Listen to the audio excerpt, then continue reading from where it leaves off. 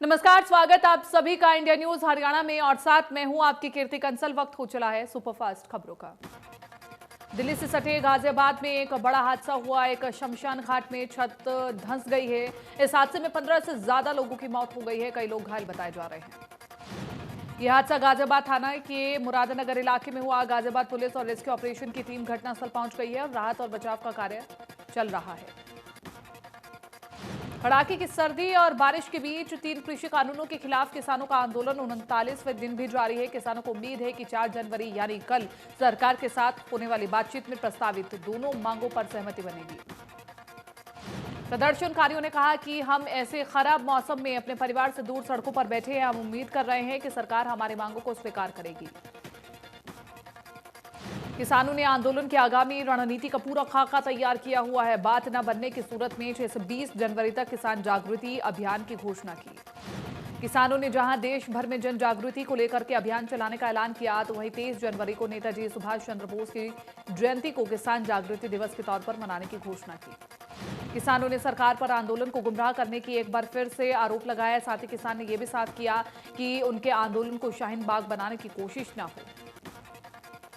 करीब 40 दिन से शांतिपूर्ण तरीके से चल रहे आंदोलन को किसानों ने तेज करने का ऐलान किया है, तो वही एक बार फिर साफ कर दिया गया है कि तीनों कृषि कानून रद्द कराना और एमएसपी की कानूनी गारंटी उनकी प्राथमिकता है।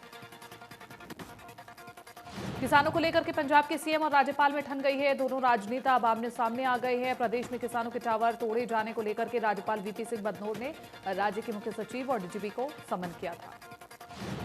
मुख्य सचिव और डीजीपी को भेजे राज्यपाल के समन पर सीएम अमरिंदर सिंह ने अपने अधिकारियों का बचाव करते हुए कहा कि मोबाइल टावरों की मरम्मत की जा सकती है, लेकिन बॉर्डर पर मरने वाले किसानों को वापस नहीं लाया जा सकता।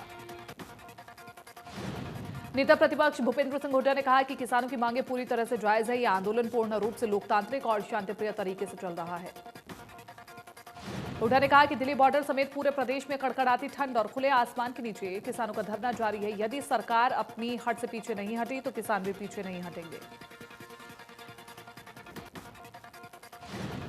ओपी धनखड़ ने किसानों को लेकर के कहा कि हम उम्मीद करते हैं कि किसानों की होने वाली बातचीत सफल होगी। किसान संगठनों ने जो भी मुद्दे उठाए उसमें किसानों की जीत हुई।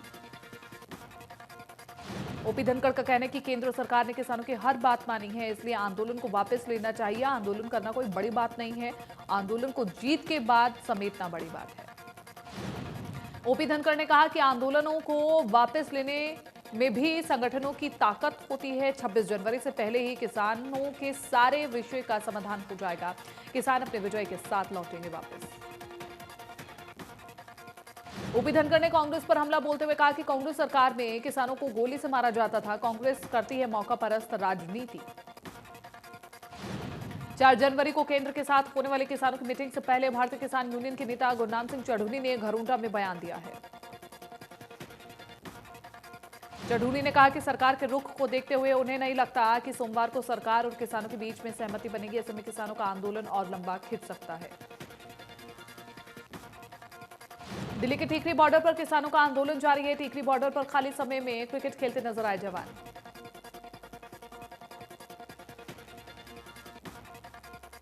सिंध बॉर्डर से एक बार फिर बुरी खबर आई सामने। यहां आंदोलन में शामिल एक किसान ने दम तोड़ दिया। अब तक सिंघू बॉर्डर पर 8 किसानों की जान जा चुकी है।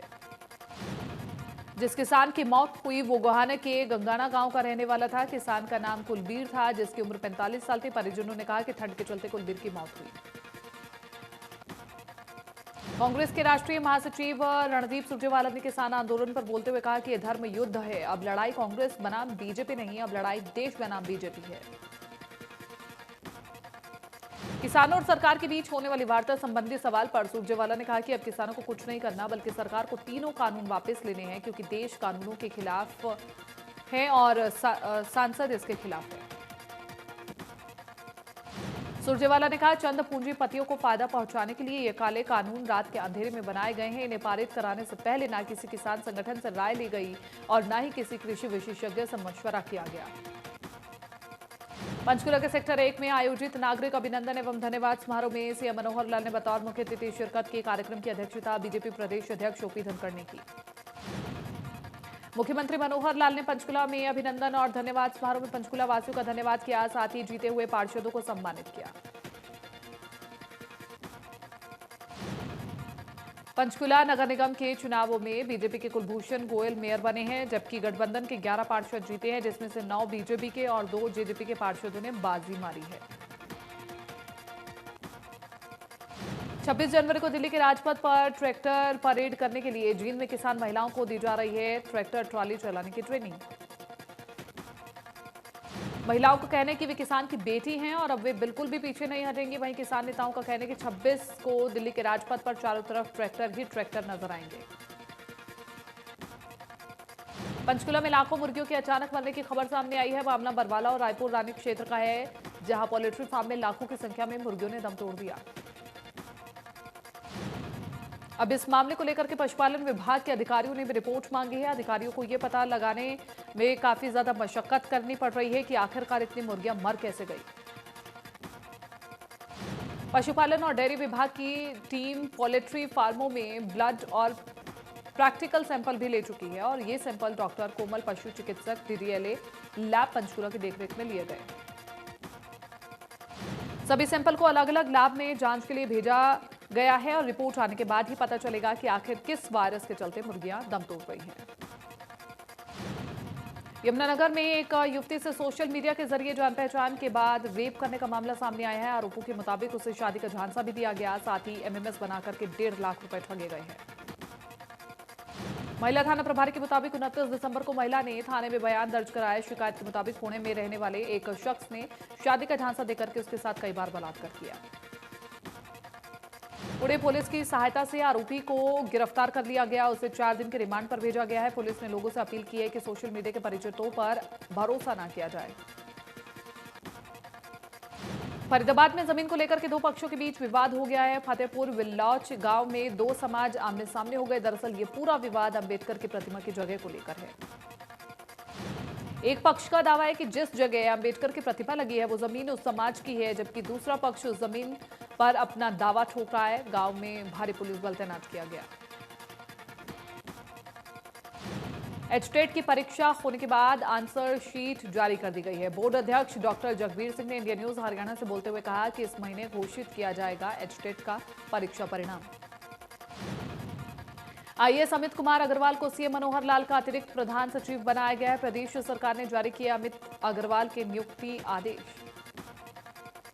करनाल के बस्ताड़ा टोल प्लाजा पर कृषि कानून के विरोध में सैकड़ों किसानों ने टोल प्लाजा पर धरना दिया हुआ है। किसानों के समर्थन में सामाजिक संस्था से जुड़ी महिलाएं भूख हड़ताल पर बैठी हुई हैं। सोनीपत के गांव थरिया में नए साल पर अपने दोस्त से मिलने गए युवक की डंडों से पीट करके और फरसे से हमला करके गंभीर रूप से घायल करके उसे गांव के बाहर फेंक दिया। पुलिस ने मृतक के भाई की शिकायत पर 5 आरोपियों के खिलाफ हत्या का मुकदमा दर्ज कर लिया है। शव को पोस्टमार्टम के लिए भेज दिया है। निकिता हत्याकांड को 70 दिन पूरे होने के बाद भी निकिता के परिवार को पूरी तरह से न्याय नहीं मिल पाया है, जिसे लेकर के सर्व समाज के लोगों की तरफ से निकिता के घर पर बैठक की गई है और जिसमें निकिता का परिवार भी शामिल हुआ।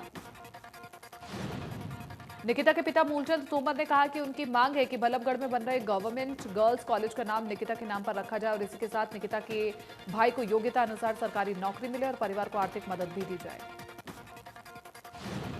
जम्मू कश्मीर के राजौरी जिला के नौशेरा सेक्टर में पाकिस्तानी गोलाबारी में शहीद हुए झज्जर के कस्बा सालावास के शहीद राविंद्र झाखड़ का सैन्य सम्मान के साथ अंतिम संस्कार कर दिया गया।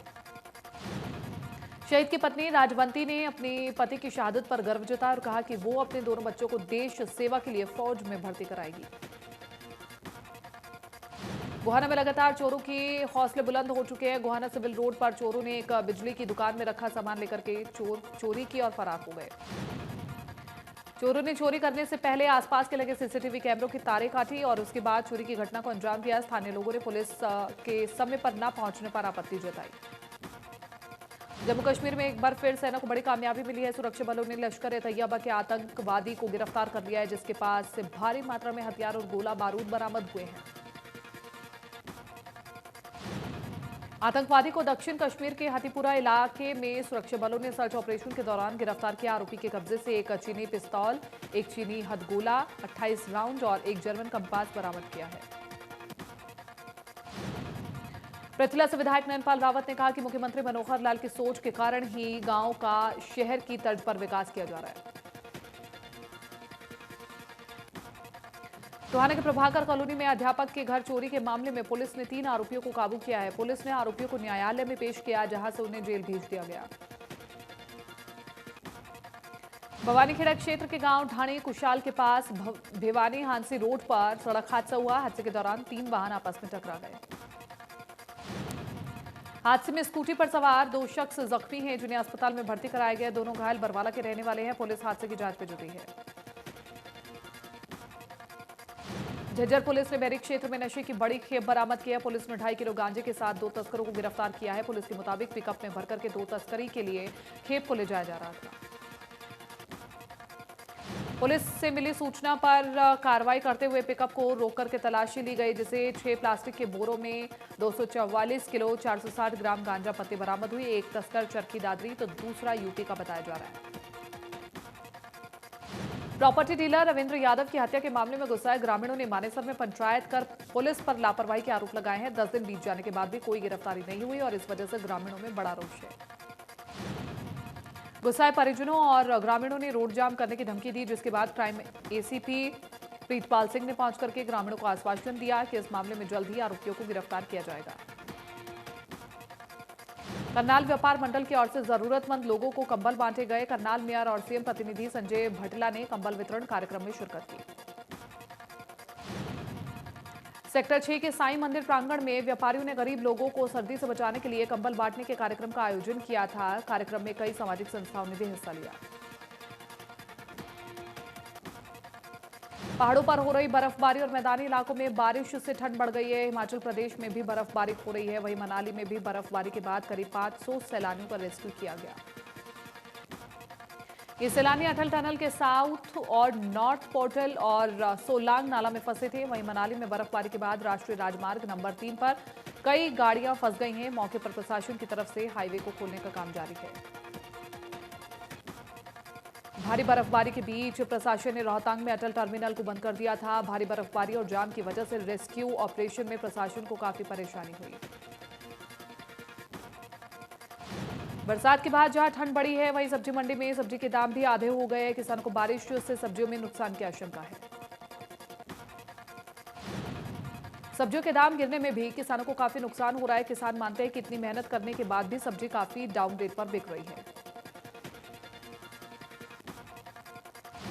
प्रदेश में ठंड का प्रकोप लगातार जारी और ऐसे में पश्चिमी विक्षोभ के चलते हुई बारिश के बाद ठंड और भी बढ़ गई है। कैथल में भी तेज बारिश हुई, वहीं कुछ जगहों पर ओलावृष्टि का भी अनुमान है। दिल्ली से सटे फरीदाबाद के बल्लभगढ़ में भी झमाझम बारिश हुई। पहले से पड़ रही कड़ाके की ठंड को बारिश ने और भी बढ़ा दिया है।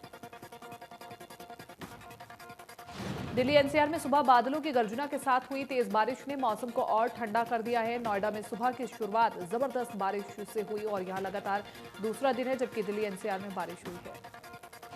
इससे पहले शनिवार को भी दिल्ली से सटे आसपास के नोएडा और गाजियाबाद में बारिश हुई है। मौसम विभाग के वैज्ञानिकों ने पूर्वानुमान में बताया कि पश्चिमी विक्षोभ का असर दिल्ली सहित उत्तर पश्चिम भारत के कई इलाकों में देखा जा सकता है। इसी वजह से दिल्ली, हरियाणा, उत्तर प्रदेश समेत कई अन्य स्थानों पर मौसम में बदलाव महसूस किए जा रहे हैं। शनिवार को दिल्ली के अलग अलग इलाकों में एनसीआर में बारिश हुई। राजधानी समेत उत्तर भारत में ठंडक बढ़ने से शीतलहर की तरह की स्थिति उत्पन्न हो गई है और ऐसे में बच्चे और बुजुर्गों के स्वास्थ्य पर विशेष ध्यान रखने की सलाह दी गई है। कोरोना वैक्सीन पर drug controller general of India यानी कि डीसीजीआई ने 2 स्वदेशी वैक्सीन को आपात इस्तेमाल की मंजूरी दे दी है। सीरम इंस्टीट्यूट की कोविशील्ड और भारत बायोटेक की कोवैक्सीन को डीसीजीआई की अंतिम मंजूरी मिल गई है। अब ये वैक्सीन देश में आम लोगों को लगाई जा सकेगी। इससे पहले सब्जेक्ट एक्सपर्ट कमेटी ने 1 जनवरी को कोविशील्ड और 2 जनवरी को वैक्सीन के इमरजेंसी इस्तेमाल की अनुमति देने की सिफारिश डीसीजीआई से की थी। डीसीजीआई के निदेशक विजय सोमीना ने बताया कि दोनों ही वैक्सीन पूरी तरह से सुरक्षित और इसका इस्तेमाल इमरजेंसी की स्थिति में किया जा सकेगा। डीसीजीआई के मुताबिक दोनों ही वैक्सीन की 2-2 डोज इंजेक्शन के रूप में दी जाएगी। डीसीजीआई के मुताबिक इन दोनों वैक्सीन को 2 से 8 डिग्री के तापमान में सुरक्षित रखा जा सकेगा। डीसीजीआई ने सीरम इंस्टीट्यूट की वैक्सीन को लेकर के कहा कि इसकी ओवरऑल क्षमता 70.42% है। डीसीजीआई ने कहा कि सीरम के आंकड़े दूसरे देशों में किए गए अध्ययनों से मेल खाते हैं। सीरम द्वारा इस वैक्सीन पर देश में क्लिनिकल ट्रायल जारी रहेगा। Drug controller general of India जब किसी दवा ड्रग वैक्सीन को अंतिम अनुमति देता है तभी इन दवाओं वैक्सीन को सार्वजनिक इस्तेमाल हो सकता है। ऐसी इजाजत देने से पहले डीसीजीआई वैक्सीन पर किए गए परीक्षण के आंकड़ों का कड़ाई से अध्ययन करता है। प्रधानमंत्री नरेंद्र मोदी ने स्वदेशी वैक्सीन को एक उत्साही लड़ाई का निर्णायक मोड़ बताते हुए कहा कि हर भारतीय को गर्व होगा कि जिन 2 वैक्सीन के इमरजेंसी इस्तेमाल की इजाजत दी गई है वो भारत में बनी है। पीएम मोदी ने वैज्ञानिकों की तारीफ करते हुए कहा कि हमारे वैज्ञानिक समुदाय ने भी आत्मनिर्भर भारत का जज्बा दिखाया है। इसके मूल में देखभाल और करुणा है।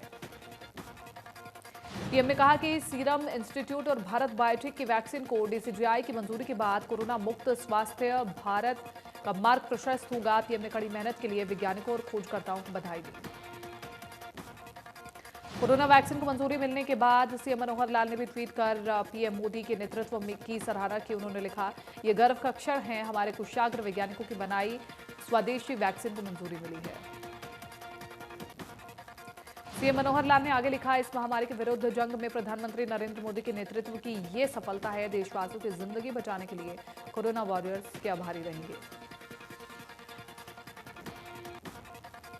नेता प्रतिपक्ष भूपेंद्र सिंह हुड्डा ने कोवैक्सीन पर बोलते हुए कहा कि वैक्सीन बनाने वाले वैज्ञानिकों को मेरा सलाम।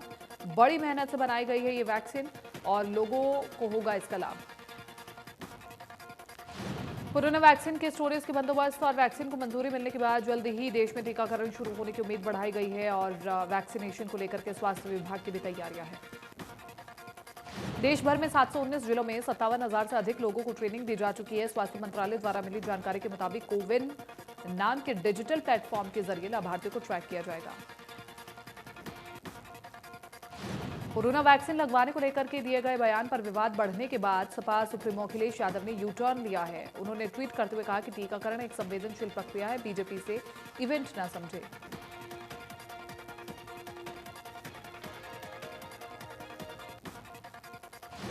सपा नेता अखिलेश यादव ने ट्वीट करके कहा कि कोरोना का टीकाकरण एक संवेदनशील प्रक्रिया है, इसलिए भाजपा सरकार इसे कोई सजावटी दिखावटी इवेंट न समझे और अग्रिम पुख्ता इंतजामों के बाद इसे शुरू करे। इसमें पहले सपा मुखिया और पूर्व सीएम अखिलेश यादव ने कहा था कि वो कोरोना की वैक्सीन नहीं लगवाएंगे। अखिलेश ने वैक्सीन को सियासत से जोड़ते हुए कहा था कि मुझे बीजेपी की वैक्सीन पर भरोसा नहीं है।